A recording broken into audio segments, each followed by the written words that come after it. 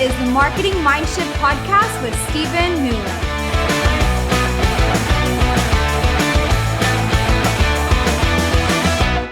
Welcome back to the Marketing Mindshift podcast. I'm your host, Stephen Newland. Today, we've got a very special episode for you. We're going to dive into another chapter of my new book, The Marketing Mindshift, and just break down another one of those principles out of the book. And today, we're going to talk about the importance of clarity. To be clear is to be kind. So today, we're going to focus on the importance of clarity in your messaging. Over the last few years, there's been a popular phrase coined, to be clear is to be kind.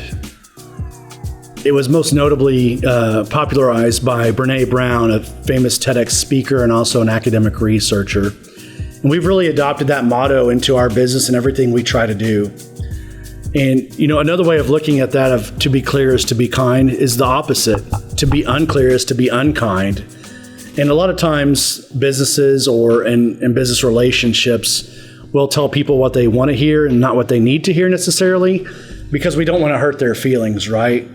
So another way to look at that would be, what if you went to the doctor because you had a problem, but the doctor didn't want to hurt your feelings and tell you had a serious condition that needed to be treated right away? And what if they just told you, yeah, it's going to be okay, we can treat you or whatever, but didn't get to the root of the problem? And so in business, especially when you're communicating with your customers, your employees, your potential new customers, it's important that we really dial in those specifics and get to the root issue, because when we deal with specific needs and problems and wants from our customers, we can deal in specific solutions. And all that really sounds elementary.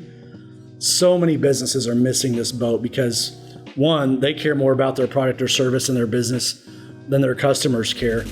And two, they might be caring about the wrong things that their customers don't care about. And so it's really important that we get this clarity thing right. Another point of this is really, if you're not clear with your communications, whether it's your employees or your customers or whoever, not only are you not being kind to them, you're also wasting their time by not being fully productive or efficient as you could be. The lighthouse. An example of clarifying a brand or organization's message that we've done, and I do have permission to share this with you, is an organization called Lighthouse. They first approached us several years ago, just needing some graphic design materials designed for one of their children's programs. And as we started asking deeper level questions, again, going back to clarity, we wanted to get specifics like we've been talking about. We uncovered there was really a deeper level need than just needing some graphic design promotional materials.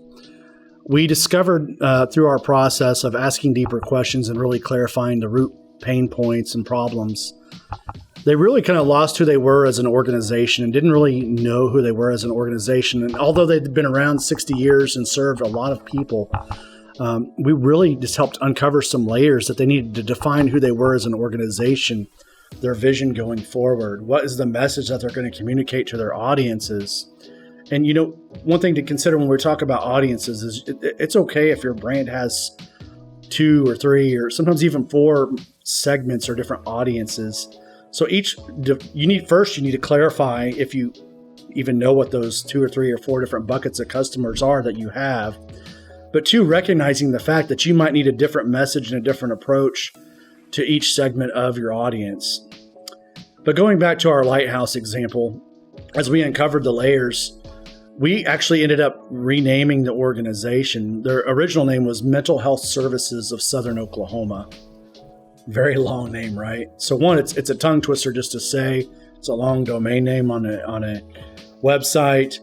But 2, Mental Health Services of Southern Oklahoma, other than being a mouthful, it really communicates the message of government institution or very institutional, right? And so when we uncovered who they were and who they served and what they were trying to be, they were really serving people in time of need. And so a lot of counseling services and things like behavioral wellness and things that are real trendy right now. And so when we uncovered these layers, we found that their name no longer really suited them. When they were founded back in the 50s or early 60s, I can't remember which right now, but mental health was approached completely different than it is now. It was more, straitjackets and institutional and crazy. thought of as crazy people and all these things, versus now behavioral wellness and mental health is a very popular topic, and staying on top of our mental health. And so they kind of outgrew that name over time and just kind of lost focus of, again, clarifying their message. And so the name that we ended up coming up with, again, is Lighthouse Behavioral Wellness. So we chose the name Lighthouse for multiple reasons, but the main one you can guess as you're listening to this. A lighthouse is a symbol of hope. It's a beacon of hope, if you will. Ships are out on a rough ocean and they're trying to navigate towards calm waters. And so there was a lot of parallels there, as you can imagine. No matter why people were coming there for mental health reasons, whether it was a crisis or financial problems, marriage problems, kid getting bullied at school, substance abuse, no matter why somebody is approaching their organization, they're going through a tough time. They're going through rough waters in their life, right? And so that lighthouse, the light, is a symbol of warmth and hope to safer shores. And although they may not be there, those safer shores, when they first contact them, it lights the path to better places. And so that's why we came up with the name Lighthouse. And in another podcast, we'll focus on what does a proper brand look like, and what components and what pieces does a proper brand need. So in summary, to bring it all back to clarity, we really helped the organization clarify what their deeper need was, not what they thought it was, but what it actually was. We redefined who the organization was with a clearer name that resonated with their audience and their community, not one that was outdated, out of touch, and didn't really even communicate what the organization was about or what services they provided. We clarified what services they provided, who their audience was, and clarified the message both to their audiences in a way that they can understand, but also to better communicate to the employees, so all the employees and the internal dynamics of the organization were on the same page, which also resulted in improved employee morale and team morale, both because they had clarity and they were all on the same page, but also they had a vision going forward. So I can't stress enough the importance of clarity in your organization, both from an external and an internal standpoint. Clarity in the human brain. So why is clarity so important? First, we've got to take a look at the human mind and how the brain is wired to function. The brain really has two primary functions. We're going to look at one of those right now. The reason that clarity is so important is because it's one of the primary functions of the human mind or brain. Have you ever had one of those days where you're like, don't talk to me, I can't take it anymore, go away, I don't want to hear it? Maybe it's the kids is bugging you all day, or coworkers or your boss nagging for something, or maybe you just had a bad day and just so much on your plate that you were just overwhelmed. We've all been there, right? Again, that's because the brain is wired to process calories, including mental calories, as efficiently as possible. And we can only expend so much energy, so much mental capacity in one day. So if you're a brand in a busy world that we live in that's crazy and skeptical and researches and Googles everything, you've only got a few seconds to grab their attention. So what are we learning through? What does all this mean? That means you've got to clarify your message. You've got to be as clear and concise as possible to your audience. A good example of that is McDonald's or Starbucks. McDonald's clearly doesn't make the best hamburger, and Starbucks, I would argue, doesn't make the best cup of coffee, but yet they far sell more than their competition. Now, why is that? If we take an objective approach and look at it from what we're talking about in the context of what we're talking about, it's because they've done a phenomenal job of communicating a clear and consistent message and delivering a consistent product. No matter where you're at in the world, people know that that message is still clear and consistent. So let's recap what we just learned. Even though there's big players in every industry that might be the biggest players in their space, they may not have the best product or service. Why is that again? Because they've clarified their message better than their competitors. Let me say that again. The more you clarify your brand messaging, the more you win. This is a concept that's so important to me and so important in your marketing that I'm going to read a couple paragraphs out of my book on this. The more you clarify your brand image and your messaging, the more you win. Think about it this way. Today's world is so complicated, so fast-paced. people simply don't have the time, the desire, or the mental capacity to spend time trying to understand what you think is important for them to know. Allow me to reemphasize this. Your customers won't care about your business as much as you do. Your customers won't care as much about your business as you do. In other words, you're your own biggest fan. Again, the human brain defaults to its natural instincts when it comes to filtering noise, and we know there's a lot of noise out there. That's why it's so important to make sure that all aspects of your marketing, both internally, communicating with your team, and also externally with your prospects and your clients and your vendors and things like that, all of your messaging, your branding, your advertising, your website, your employee communication, print, clatter, on and on and on. That's why everything about your business has to be crystal clear. Wordy, unnecessary, unclear messaging is not only confusing, but it also wastes time, and it's a completely inefficient way to attract new business. The clearest communicator always wins. Again, you're going to hear me harp on this over and over again because it's such an important concept that I want you to take away as we go on further into this series. The bad apple. So we just talked about the importance of clarity and why it's essential in your communications, whether it's internally, making sure your team understands everything properly, their role, the expectations on their role, the vision for the company, what they should be saying to customers, and that it's all consistent. But also externally, what your brand is saying to your audience and what's important to your audience, even more important than you. Solving problem solution as quickly as you can, the quickest path to problem solution. Now we're going to reverse it and take a look at the opposite side of the spectrum. We're going to look at what bad communication looks like. And I'll use a recent example of a former client of ours who will remain nameless. They loved everything we said about our process, and they understood how we were different than other companies and how we would kind of be moving forward. We talked about this all in the negotiations before we onboarded them. And then after they signed the agreement, we walked them through our onboarding process, which is very intentional and also provides a lot of clarity. When we were onboarding them, part of our process, other than verbal conversations, is we have a series of onboarding documents designed to better help client relations and provide clarity. One of those being what we'll call, for a lack of a better term for podcast purposes, is a best practices sheet. These are common business behaviors. These are good. These are bad. For instance, like micromanaging is bad, right? And we talk about why micromanaging is bad. You're not trusting the process. You're not trusting the expert. An example of that would be, say you had a sewage backup or a major plumbing clog or some major plumbing issue.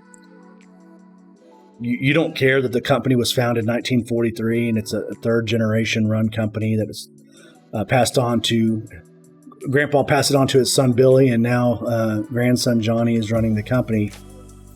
Your toilet's backed up. I need it fixed ASAP. I don't care about all this fluff. So again, clarifying your message, right? Solution is unclog my toilet. And so, as simple as that may sound, a lot of businesses get that wrong. And so we want to clarify. And so in our onboarding documents, one of those things is we talk about trusting the process and trusting the expert. When you come to us, just like you would come to a plumber or any other subject matter expert, you're trusting them because, one, they're the expert, and two, they know how to do something you don't, or you'd be doing it yourself. Another way of saying it is do what you do best and outsource the rest. But going back to my example, this client wasn't trusting us as the expert. We talked about it before onboarding them. They signed the agreement, understanding what they agreed to. Then we provided these documents that provide clarity of this is our process, this is our timeline, this is what we're going to walk you through over the next few months. And it became evidently clear, even in the first week, they started micromanaging us. They were asking us questions that we felt that we already communicated, both verbally through emails and also in our onboarding documents. And the client would start to email us every day and call us every day. What are you working on? When can I expect results? When is this going to be done?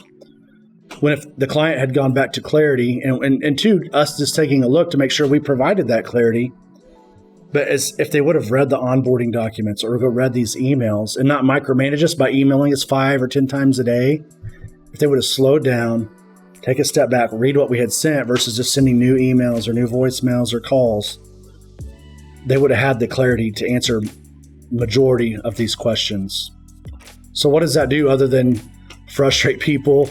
It wastes time on both parties. It wasted their time from doing what they do best, but it also wasted our time to do what they had hired us to do instead of answering emails and questions, wasting our time essentially.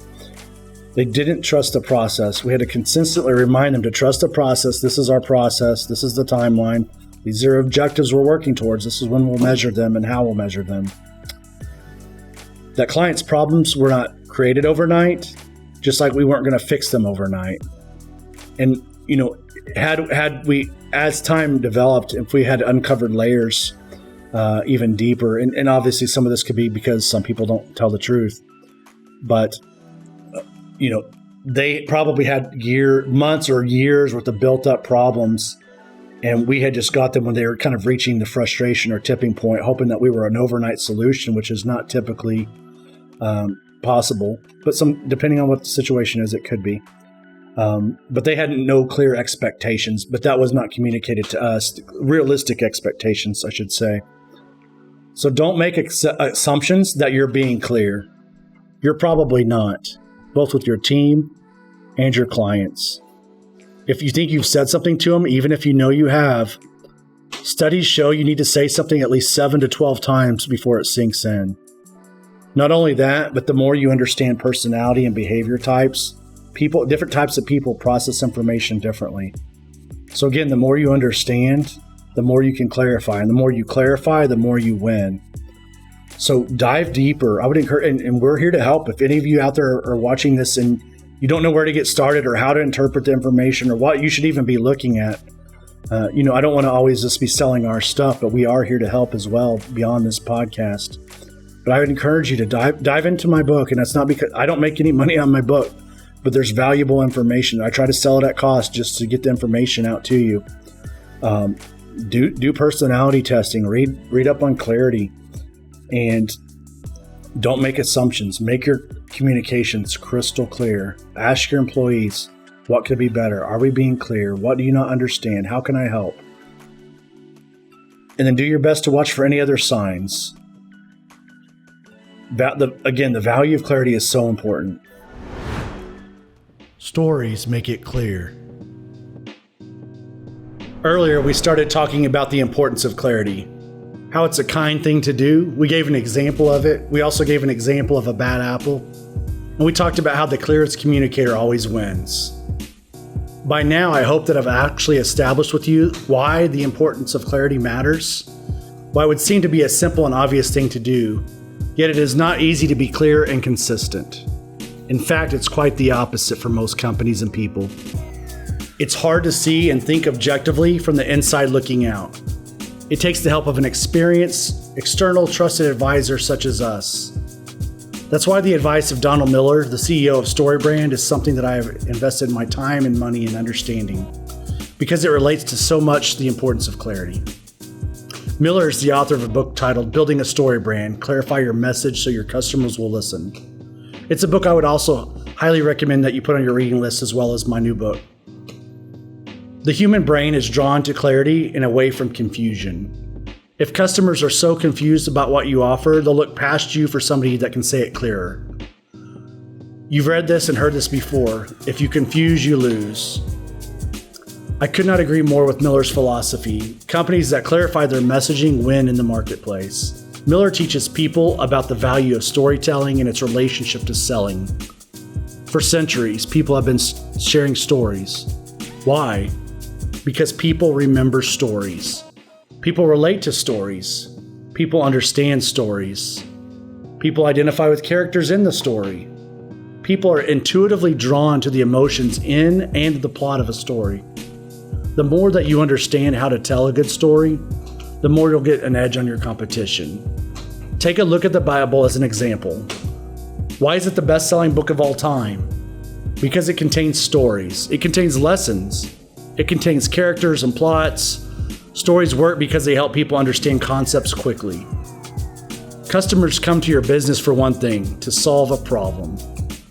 The business that clearly positions itself as the way to solve that problem the easiest is the one that will get the business.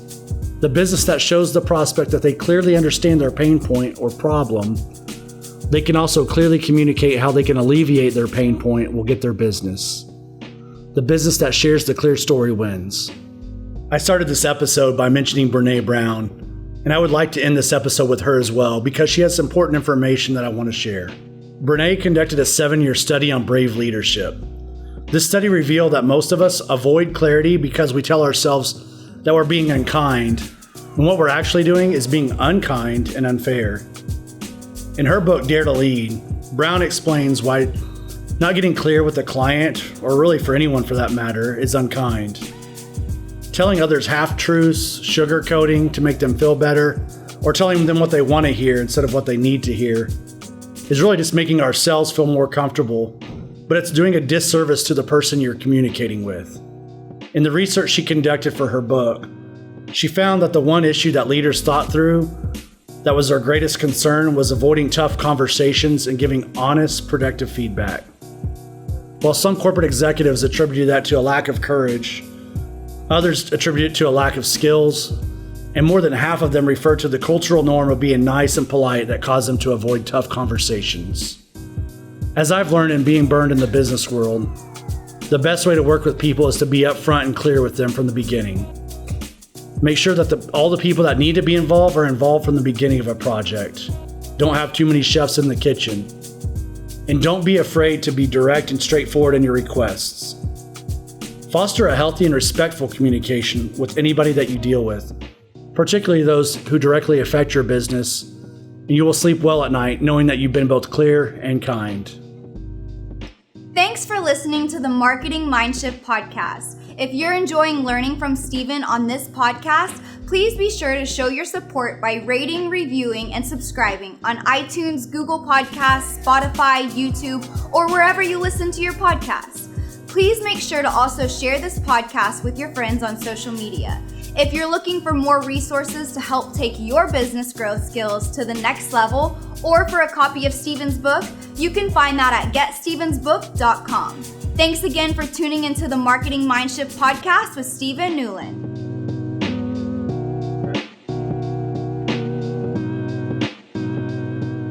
Order your copy of the Marketing Mindshift at getstevensbook.com and follow us on social media at Synergy Creative